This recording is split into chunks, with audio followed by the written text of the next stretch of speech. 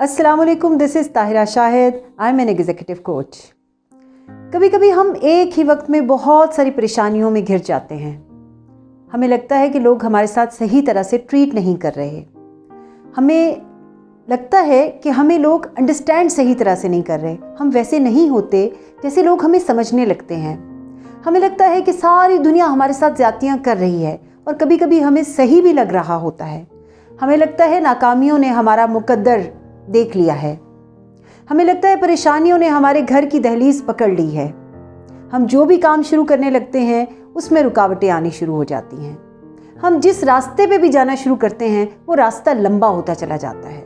ऐसी सारी सूरत हाल में कभी अगर आप घिर जाएं, कभी आप स्टक हो जाएं, सिर्फ एक चीज़ है, आपने गिव अप नहीं करना। मेहनत करते रहें, बार बार अपनी डायरेक्शन चेक करते रहें, सही है या नहीं है।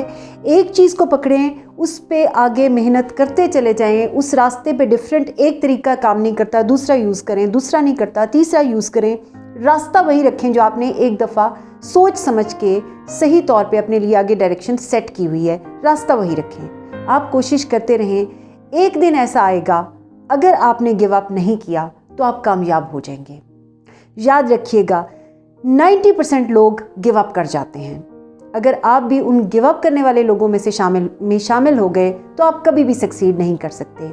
आपके पास चांस होगा एटलीस्ट गिव अप ना करने की वजह से कि आप वन ऑफ दोज पीपल हो सकते हैं जो कामयाब हो जाएं।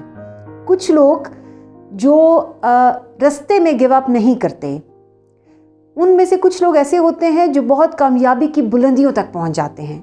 कुछ लोग ऐसे होते हैं जो एटलीस्ट 60 पे पहुंच जाते हैं। कुछ ऐसे होते हैं जो 40 या 30 पे पहुंचते हैं, लेकिन गिव अप करने वाला बंदा 0 पे रहता है।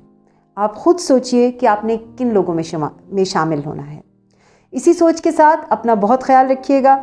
जल्द मिलते हैं एक नई वीडियो के साथ। अल्लाह हाफ़िज़।